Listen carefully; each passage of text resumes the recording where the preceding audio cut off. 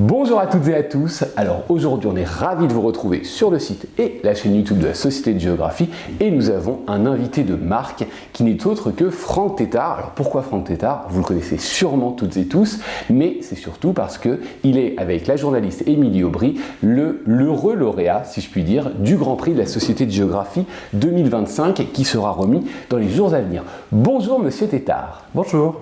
Alors première question d'actualité. Qu'est-ce que ça vous évoque, ce Grand Prix de la Société de Géographie? C'est un grand honneur de recevoir ce prix. Il suffit de regarder la liste de ceux qui me précèdent. C'est assez impressionnant et donc me rendre cet hommage, cet honneur d'avoir un tel prix, effectivement, a été un peu inattendu après toutes ces années à travailler à la vulgarisation de la géographie, puisque c'est un peu ma spécialité. Alors bon, beaucoup de nos spectateurs ou de nos auditeurs vous connaissent déjà, connaissent vos ouvrages, mais ils ne connaissent peut-être pas forcément votre parcours. Alors, est-ce que vous pourriez nous parler un petit peu de comment vous avez commencé à vous intéresser à la géographie, ou alors, allez, de manière un peu plus triviale, comment vous êtes tombé dans la marmite géographique? C'est un peu un hasard. En réalité, moi j'étais passionné par les langues et donc avant de faire de la géographie, j'ai fait des études d'allemand et c'est en Allemagne finalement que je suis tombé dans la marmite, puisque je me suis retrouvé étudiant en Allemagne au moment où le mur de Berlin est tombé, et donc ça a suscité chez moi des interrogations incroyables. J'avais déjà été bercé par l'histoire allemande et donc cette géographie mouvante des frontières allemandes, et je m'étais souvent posé la question de me dire, mais on nous parle de Königsberg, mais où est Königsberg sur la carte de l'Europe? Et en réalité on se rend compte qu'elle est aujourd'hui en Russie, il s'agit de Kaliningrad, donc ça m'avait un peu interpellé, et finalement c'est, j'ai envie de dire, un peu par la géohistoire que je suis déjà tombé dans la marmite géographique, avant de me retrouver face à une réalité qui était celle de la chute du mur de Berlin et donc de la fin de la guerre froide en Europe, et j'ai donc engagé ensuite des études sur les relations internationales et puis ensuite une thèse en géographie. Dans vos ouvrages, et il y en a désormais un certain nombre, vous réussissez quand même un pari assez compliqué à relever, qui est de concilier à la fois la rigueur scientifique et une adresse au grand public. Comment on fait?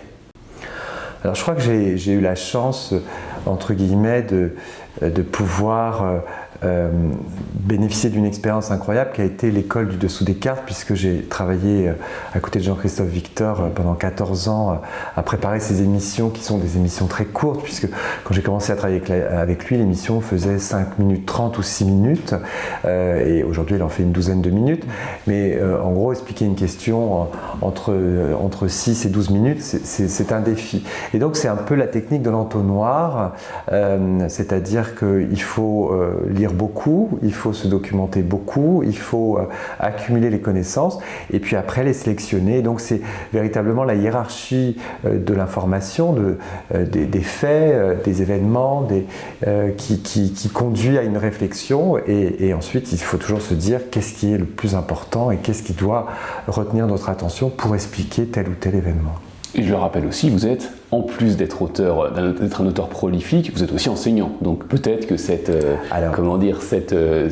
talent, parce que pour moi c'est un talent d'enseignement, finalement on le sent, et il est palpable à chacune des pages de vos ouvrages. Oui, parce que l'idée c'est quand même de faire comprendre. Ça n'a aucun intérêt de connaître des milliers de dates et des milliers d'espaces si on ne comprend pas l'interaction entre les deux, si on ne saisit pas ce qui fait les liens entre les choses. Et donc véritablement, moi je dis toujours à mes élèves, je préfère qu'ils en sachent moins, mais qu'ils comprennent ce dont ils parlent. Et je pense que c'est quelque chose d'essentiel en pédagogie, c'est vraiment de comprendre plutôt que de savoir. Alors vous êtes aussi le directeur du Grand Atlas, donc chaque année une nouvelle édition, je crois que l'édition 2026 est sortie il n'y a pas longtemps, qui est en quelques années devenue vraiment une référence. Alors une très belle somme, loin d'être exhaustif, puisque de toute façon on ne peut pas être exhaustif aujourd'hui. Mais alors, comment vous procédez? Parce que c'est quand même, il y a plusieurs centaines de pages, une centaine de cartes, si je ne m'abuse. Comment est-ce qu'on fait en tant que directeur éditorial d'un tel ouvrage? Comment est-ce qu'on sélectionne les cartes, les sujets, la manière de représenter le monde, les phénomènes internationaux? Comment ça se passe?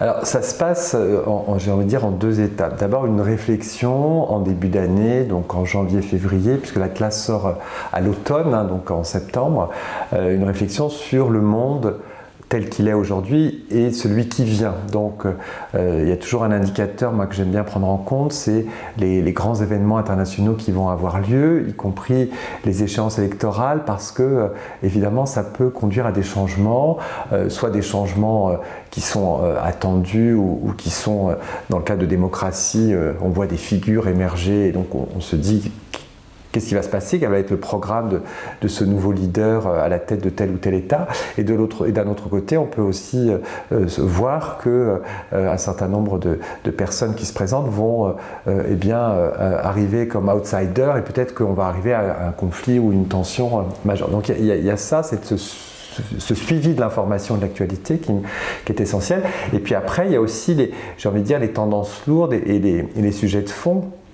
qui peuvent effectivement être en lien avec des grands événements climatiques, qui peuvent être en lien avec des grands événements politiques, qui peuvent être en lien avec l'émergence de puissances qu'on a longtemps appelées émergentes, mais qui aujourd'hui sont émergées. Et donc finalement l'addition de tout cela amène à une réflexion que j'organise ensuite en grande partie. Et puis deuxième chose, je bénéficie ensuite de toute la connaissance qui a été mise dans les atlas de la collection Autrement, puisque évidemment c'est chez Autrement qu'on travaille, et donc je bénéficie des analyses des chercheurs en géographie, mais aussi en sciences politiques, en sociologie, qui écrivent dans cette collection d'atlas. Et à partir de là, je vais sélectionner un certain nombre d'éléments, de pages, de chapitres, que je vais ensuite actualiser. Et puis ce qui n'a pas encore été fait ou qui me paraît dépassé, je vais l'écrire moi-même. Et donc je vais mener mes propres recherches et compléter pour donner un atlas qui finalement essaye d'être le reflet d'une époque, enfin de l'année en cours et de celle qui vient. Alors justement, vous parlez de reflet d'une époque, j'ai envie de vous dire, qui change très vite, presque d'heure en heure, ou en tout cas l'information est tellement en flux continu qu'elle nous arrive d'heure en heure. Est-ce qu'il y a un fait d'actualité de ces dernières heures, peut-être de ces derniers jours, de ces dernières semaines, de ces derniers mois, qui vous semble particulièrement, comment je pourrais dire ça, être révélateur de notre époque? Oui, moi j'ai envie de parler du Soudan parce que d'ailleurs j'en ai consacré un chapitre dans le dernier Grand Atlas qui a été écrit, donc je vous le disais, depuis janvier, mais qui a été finalisé donc fin juin pour apparaître en septembre. Je parle du Soudan comme un conflit oublié. En réalité, c'est un conflit oublié parce que il commence en réalité en 1956. On pensait qu'il était achevé puisqu'on a eu la division du Soudan en deux États en 2011. En réalité, les tensions entre les deux États se sont poursuivies et aujourd'hui, on a au Soudan une situation catastrophique avec deux mouvements qui cherchent à s'accaparer le pouvoir et à le conserver. Donc on a ces deux groupes qui mènent une guerre civile dans le pays et avec des victimes considérables. Aujourd'hui, c'est notamment au Darfour, puisque dans ce conflit, il y a aussi j'ai envie de dire, une sorte de hiérarchie fictive qui a été mise en place entre les populations arabes et les populations arabisées. Et cette rivalité a été renouvelée aujourd'hui et on n'est pas loin de crimes de guerre et sans doute peut-être même certains commencent à évoquer d'un génocide au Darfour. Alors ce génocide au Darfour, on en avait déjà parlé il y a une dizaine d'années, donc c'est vraiment une situation qui est, si on regarde, c'est quelque chose qui est peu médiatisé par rapport à d'autres conflits, y compris le conflit israélo-palestinien. Donc on peut se poser la question pourquoi. Et effectivement, j'ai pas la réponse, j'ai pas en tout cas les éléments de réponse, mais moi ça m'interpelle beaucoup. C'est-à-dire que certains conflits sont beaucoup plus traités, sont beaucoup plus aussi mis en avant dans les instances internationales pour essayer de trouver des solutions. Sont aussi les États sont aidés pour avancer vers des solutions, ce qui n'est pas ou peu le cas du Soudan. Après, on voit aussi que c'est un conflit qui s'est internationalisé, puisque vous avez des soutiens d'acteurs extérieurs au Soudan, notamment des Émirats arabes unis qui vont intervenir, enfin, de différents États qui interviennent et qui soutiennent une partie ou l'autre.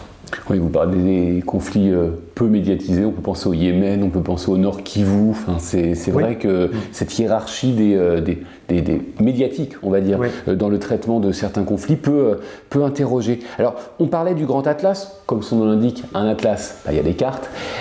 Donc, les cartes, vous êtes, alors je ne sais pas si vous vous définissez comme cartographe, en tout cas vous en produisez, vous en avez produit, et je pense que vous continuerez à en produire énormément. Indépendamment du phénomène, des phénomènes qu'on représente sur une carte, ces cartes, qu'est-ce qu'elles nous disent de la manière dont les sociétés se perçoivent elles-mêmes ? Alors beaucoup de choses.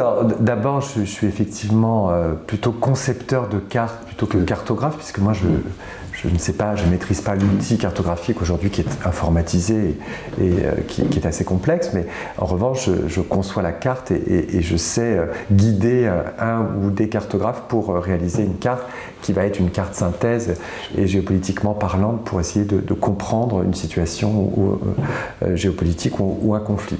Alors qu'est-ce qu'elle révèle ? Au fond, elle révèle beaucoup de choses, c'est-à-dire que les cartes, c'est d'abord une représentation de l'espace et évidemment, on a tous une façon différente de se représenter l'espace et par conséquent, évidemment, une carte chinoise ou une carte française ou une carte australienne, il y en a une qui est très diffusée, c'est cette fameuse carte de l'Australie où le sud est en haut de la carte et le nord en bas et où l'Australie est au centre, mais finalement c'est ce que les Européens ont fait avec Mercator et depuis Mercator. Donc déjà, cette représentation des différents États, et bien des différents États nous montre qu'on a un angle de vue qui est différent en fonction du lieu où l'on se trouve. À côté de ça, on voit aujourd'hui que se met en place une contre-cartographie, justement parce que la cartographie, en tant que représentation, elle est imparfaite. Elle est imparfaite parce que elle crée des distorsions. Évidemment, on a une sphère, et donc comment représenter une sphère sur du papier, planisphère ? Évidemment, il y a des problèmes, hein, donc c'est soit les angles, soit les surfaces qui vont se retrouver déformées. Donc à partir de là, la question qu'on se pose et que se pose un certain nombre de cartographes, c'est comment on fait, qu'est-ce qu'on fait, et au fond, est-ce qu'il ne faut pas avoir une cartographie qui est une cartographie, j'ai envie de dire, un peu individualisée et considérer que ce que chacun représente, lorsqu'il cherche à représenter un espace, est de la cartographie. Et c'est vraiment une approche que je trouve assez intéressante et aussi stimulante parce que quelquefois, certaines personnes auront plus de facilité à dessiner un espace plutôt que d'en parler. Alors, vous réussissez aussi un autre défi, et alors celui-là pas des moindres, c'est d'intéresser les jeunes à la géographie, à la géopolitique, aux relations internationales. Alors, vous travaillez, si je ne m'abuse, pour le dessous des cartes, vous êtes auteur, comme on l'a dit. Comment vous faites ? Parce que, vous savez, il y a cette sorte de discours, les jeunes ne s'intéressent plus à la géographie, les jeunes ne s'intéressent plus aux sciences sociales, l'attention des jeunes générations est désormais de plus en plus réduite. Comment vous y arrivez ? Quelle est la recette ? Alors, d'abord, je ne suis pas tout seul. Je pense qu'il y a déjà cette réforme du bac qui a quand même mis à l'honneur nos disciplines, puisque la spécialité AGGSP, Histoire, Géographie, Géopolitique et Sciences politiques, a vraiment permis un renouveau des programmes et surtout d'orienter ces programmes sur de l'actualité et mettant à l'honneur la géopolitique avec les autres matières, bien évidemment, pour justement montrer qu'on peut, avec ces disciplines, faire émerger des questionnements et de la compréhension. Donc ça, je pense que déjà c'est une spécialité qui séduit énormément de jeunes. Et puis après, je pense que les jeunes aujourd'hui se posent comme tout le monde des questions avec ce monde qui bouge. Ils voient aussi beaucoup d'images, de commentaires, de personnes qui interviennent sur les réseaux sociaux et qui posent des problèmes ou qui lancent des débats sans toujours donner des solutions. Et je pense que ce questionnement, j'essaye d'y répondre avec mes atlas et aussi à travers une cartographie qui va être un véritable outil de compréhension et de complément peut-être de choses dont ils auront entendu parler à travers ces réseaux sociaux, à travers certains médias. Et donc j'essaye de leur donner des clés de lecture pour décoder ce monde qui vient. Et je crois que cette soif de savoir de la jeunesse est un bon signe finalement de la démocratie, ou en tout cas d'une volonté aussi de faire du savoir quelque chose qui est du quotidien. On a parlé beaucoup de la géographie. Moi, j'aimerais bien un peu parler de vous aussi en tant que géographe, parce que j'imagine que comme beaucoup de géographes, aller sur le terrain, ça vous démange parfois, et j'imagine que vous y allez. Est-ce qu'il y a une région du monde que vous avez déjà visitée qui finalement a un peu changé votre vision des choses, ou au contraire, une région où vous ne vous êtes jamais rendu, et qui est un petit peu une sorte de rêve, soit d'enfant, soit d'adulte, et qui est sur votre liste de destinations à découvrir? Alors, moi j'ai beaucoup travaillé sur l'Europe, et puis j'ai fait ma thèse sur Kaliningrad, donc je me suis intéressé à ce territoire justement parce que c'était au fond un territoire qui était aujourd'hui dans une situation un petit peu spécifique, puisque exclave de la Russie, et puis à la fois historiquement un ancien territoire allemand. Donc cette idée au fond, comment un territoire évolue au fil de l'histoire, il va changer finalement de nationalité. Donc vous voyez, cette espèce de territoire de confins m'intéressait et m'a interpellé. C'est pour ça que je me suis intéressé. Et puis j'ai toujours été fasciné par l'Europe, parce qu'au fond on voit au fil des siècles cette géographie politique qui est complètement évolutive. Certains territoires ont changé 4-5 fois de nationalité en quelques siècles, voire moins. Et ça m'a toujours intéressé. Et puis aujourd'hui, évidemment, moi, ce qui m'intéresse lorsque je voyage, c'est les grands espaces et au fond la géologie du monde. Et donc un de mes rêves ou de mes envies de voyage aujourd'hui, c'est ces grands espaces nord-américains, et je suis récemment allé aux États-Unis dans tous ces grands espaces du sud-ouest américain, et aujourd'hui j'aimerais beaucoup aller voir l'Islande et ses paysages à la fois polaires et à la fois géologiquement en activité. Donc je trouve ça assez fascinant de voir finalement que nous sommes sur une planète Terre qui ne fait que bouger, qui ne fait qu'évoluer, et par conséquent qui crée aussi, et qui est en création constante. Et l'Islande, à cet égard, est une destination sur ma liste de voyages à venir. Et justement, cette pratique du terrain, cette pratique même intime du terrain, est-ce qu'elle a des conséquences sur votre travail de géographe? Peut-être un travail plus posé qu'être les deux pieds sur la terre? Je pense que c'est essentiel de pouvoir s'immerger dans une société, un pays, parce qu'on change de regard, on devient plus humble, je pense. J'ai souvenir, en ayant vécu au Moyen-Orient, d'avoir véritablement compris des choses rien qu'en me déplaçant dans les pays du Golfe, y compris en Iran. Et alors qu'on est à quelques encablures entre Dubaï et Ispahan, c'est vraiment l'autre rive du Golfe, c'est un autre monde. Et en voyant ça, on comprend aussi les différences entre Arabes et Perses, et aussi pourquoi potentiellement les uns et les autres vont avoir des conflictualités, des tensions, comment ils se représentent. C'est intéressant lorsque vous êtes au bazar de Ispahan de discuter avec un marchand qui s'interroge sur pourquoi un Français habite-t-il à Dubaï, enseigne-t-il dans un lycée français, avec des gens qui pour lui sont des bédouins sans véritablement de culture, alors que les Iraniens ont eux une culture plurimillénaire. Donc ces représentations sont intéressantes, et on ne les a qu'en voyageant, qu'en rencontrant donc des personnes qui vivent, les habitants du pays. Alors, très récemment, vous avez commis un nouveau forfait littéraire avec Émilie Aubry, donc la journaliste présentatrice du Dessous des cartes notamment, qui est juste à côté de vous. Donc, le Dessous des cartes, La puissance et la mer, aux éditions Talendier. Est-ce que vous pouvez nous en dire 2 mots ?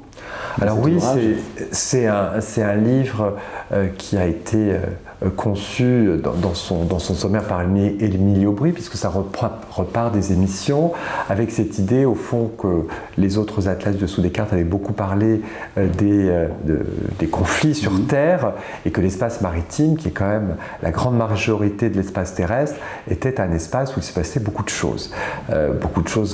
D'abord parce que 90% du commerce mondial transite par ces espaces maritimes, ensuite parce qu'aujourd'hui les États s'approprient ces espaces maritimes avec le droit de la mer mis en place à travers la Convention de Montego Bay, qui fait que les États ont le droit de revendiquer des espaces de souveraineté maritime au niveau économique pour y exploiter les ressources, et que parallèlement il y avait une projection de puissance des États et notamment des grandes nations sur les mers, et qu'on voyait notamment l'affirmation de la Chine sur certains espaces maritimes. Et tout ça fait que on a une matière intéressante, et donc on l'a déclinée par grand espace maritime, puisque on voyage de l'Atlantique au Pacifique en passant par l'océan Indien, et puis avec des focus sur des mers plus petites, que ce soit la mer Noire, la mer d'Azov, la Méditerranée, et également les mers de Chine, où effectivement aujourd'hui les tensions sont croissantes. Donc vraiment l'ambition, c'était de montrer que ces espaces maritimes étaient véritablement des espaces où les tensions terrestres se concrétisaient également à une autre échelle et sur un autre espace que sont ces espaces maritimes. Et pour terminer, j'ai une question un petit peu plus large. Alors j'imagine que au quotidien, vous devez le faire. Si vous aviez un conseil à donner à un jeune étudiant ou une jeune étudiante en géographie, qu'est-ce que ce serait ?